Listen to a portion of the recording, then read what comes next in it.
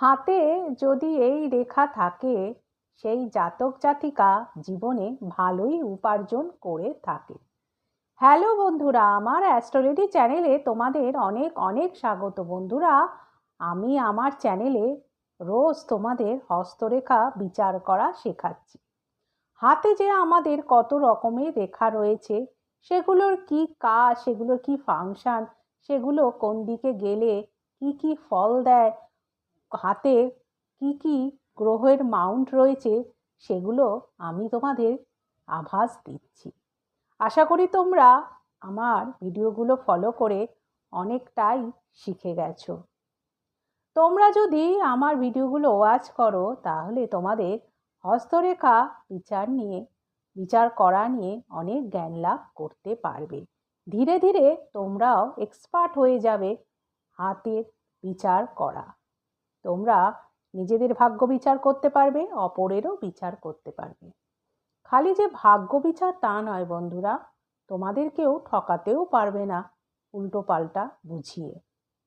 আর বন্ধুরা, আমি আমার চ্যানেলে কিছু শর্টস দিচ্ছি, যেগুলো হচ্ছে আমাদের জীবনে কত রকমের সমস্যা রয়েছে, কত রকমের প্রবলেম রয়েছে, আমাদের হাতের রেখা কত রকমের নেগেটিভ ফল দেয়, আমাদের জন্মছকে কত রকমের নেগেটিভ গ্রহ রয়েছে।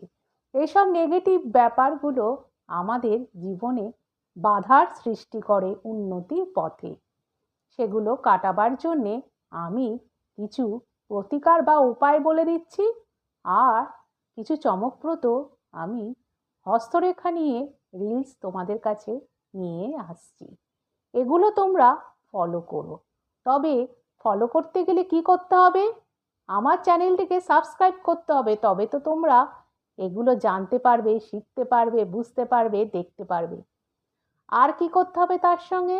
আমার চ্যানেলটিকে তোমরা যেমন সাবস্ক্রাইব করবে, সেমনি ভিডিওগুলো লাইক করতে হবে, কমেন্ট করতে হবে, শেয়ার করতে হবে, আর উপরে যে বেল আইকনটি আছে সেটাই প্রেস করতে হবে, যাতে নতুন নতুন ভিডিও নোটিফিকেশান তোমাদের কাছে পৌঁছে যায় এবং রোজ নতুন নতুন এইসব ভিডিওর মাধ্যমে তোমরা নতুন নতুন জিনিস শিখতে পারো।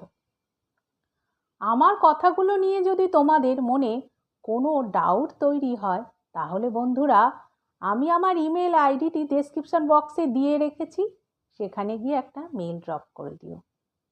বন্ধুরা, ভিডিওগুলো আমার পুরোটা দেখো, মিস করো না, তাতে আমি উৎসাহ পাবো এবং তোমাদের কাছে নতুন নতুন ভিডিও নিয়ে আসতে পারবো।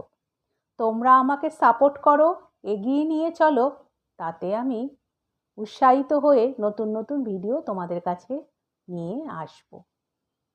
আর বন্ধুরা, আমি আবারও বলছি, আমার ভিডিওগুলো তোমরা পুরোটা দেখো, আমার চ্যানেলটিকে সাবস্ক্রাইব করো, লাইক করো, শেয়ার করো, কমেন্ট করো, আর উপরে যে বেল আইকনটি আছে সেটাই প্রেস করো।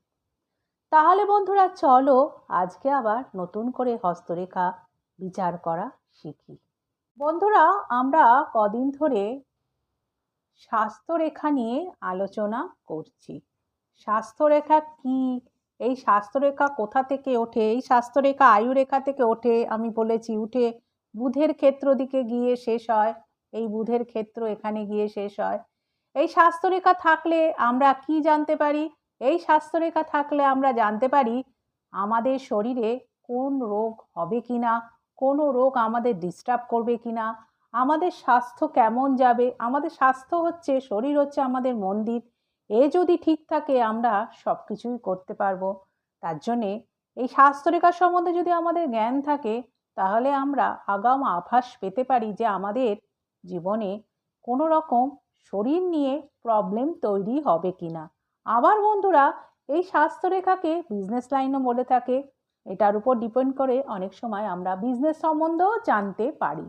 তাহলে চলো বন্ধুরা, আজকে আমরা নতুন স্বাস্থ্যরেখা নিয়ে আলোচনা করি। বন্ধুরা, আমরা কালকে শিখেছিলাম যে শিরোরেখার উপর যদি বৃত্তচিহ্ন থাকে তাহলে, আর তার সঙ্গে স্বাস্থ্যরেখা, বৃত্তর চিহ্ন, স্বাস্থ্যরেখার উপর কাটা চিহ্ন থাকলে কি ফল দেয় সেটা শুনেছিলাম। যে ধরো স্বাস্থ্যরেখার সঙ্গে একটা কাটা চিহ্ন, আর কালকে শুনেছিলাম যদি স্বাস্থ্য শিরোরেখার উপর একটা গোল বৃত্ত চিহ্ন থাকে, সেটা হলে কি ফল দেয়। এই বৃত্ত চিহ্নটা যদি স্বাস্থ্যরেখার উপর থাকে তাহলে কি হয় দেখ, সেটা নিয়ে বলছি। ধরো এই রকম স্বাস্থ্যরেখাটা উঠে এই রকম একটা বৃত্ত চিহ্ন তৈরি হলো, তারপর আবার স্বাস্থ্যরেখা বুধের ক্ষেত্রের দিকে চলে গেল। তাহলে বন্ধুরা কি ফল দেবে সেটা নিয়ে আমরা আলোচনা করব। বন্ধুরা, যে জাতক জাতিকার হাতে তোমরা এই রকম দেখবে যে শিরোরেখা থেকে বৃত্ত না থেকে যদি স্বাস্থ্যরেখা থেকে বৃত্ত থাকে, তাহলে সেই জাতক বা জাতিকা খুব রুগী টাইপ হয়ে থাকবে। মানে সে রোজই কিছু না কিছু শরীর খারাপে ভুগবে, সে দুর্বল হবে, তার সারা জীবনই নানা রকম রোগ হওয়ার সম্ভাবনা প্রবল থাকবে।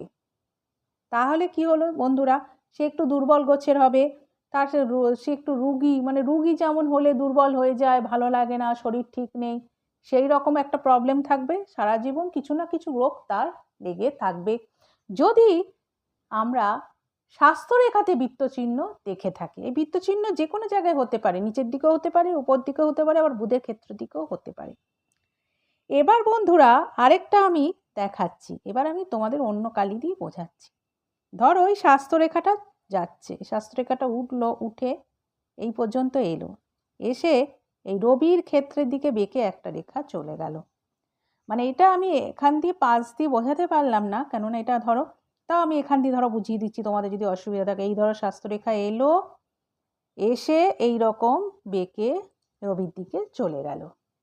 এই রকম যদি থাকে বন্ধুরা, তোমরা যদি কোনো জাতক জাতিকার হাতে এই রকম দেখে থাকো যে একটা স্বাস্থ্যরেখা এলো, একটা শাখা রেখা এরম বেরিয়ে চলে গেল, ধরো এই দেখো বুধের ক্ষেত্র দিকে গেল, কিন্তু বুধের ক্ষেত্র থেকেও এরকম বেঁকে সোজাও চলে যেতে পারে, আবার নিচ থেকেও বেঁকেও এরকম যেতে পারে রবির ক্ষেত্রের দিকে। তাহলে এরম যে জাতক জাতিকার হাতে দেখবে বন্ধুরা, তার মানে সে জীবনে অর্থ উপার্জন ভালো করবে রবির ক্ষেত্র দিকে বেঁকে গেলে, কিন্তু সে স্বাস্থ্যের জন্য, তার শরীর খারাপের জন্যে জীবনে সুনাম অর্জন করতে পারবে না। তাহলে কি হলো বন্ধুরা, স্বাস্থ্যরেখা যদি উঠে উপর দিকে গেল, বুধের ক্ষেত্র দিকেও যেতে পারে, আবার হৃদয় রেখাতেও শেষ হতে পারে, কিন্তু একটা শাখা রেখা যদি রবির ক্ষেত্র দিকে চলে যায় বেঁকে, তাহলে বন্ধুরা সে অর্থ উপার্জন জীবনে ভালো করবে, কিন্তু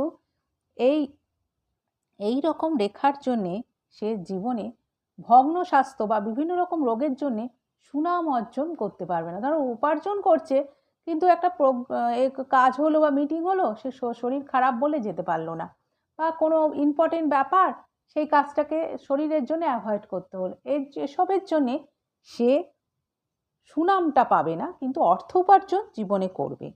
আর যদি স্বাস্থ্যরেখার উপর বৃত্তচিহ্ন থাকে, তাহলে বন্ধুরা তার সারা জীবনই কিছু না কিছু রোগ লেগেই থাকবে, আর জাতক জাতিকা কি হবে, রোগী হবে এবং দুর্বল হয়ে থাকবে। তাহলে বন্ধুরা আজকে আমার স্বাস্থ্যরেখা নিয়ে আলোচনা করলাম, কালকে আবার নতুন ধরনের স্বাস্থ্যরেখা নিয়ে আলোচনা করব। আজ আসি, কালকে আবার কথা হবে।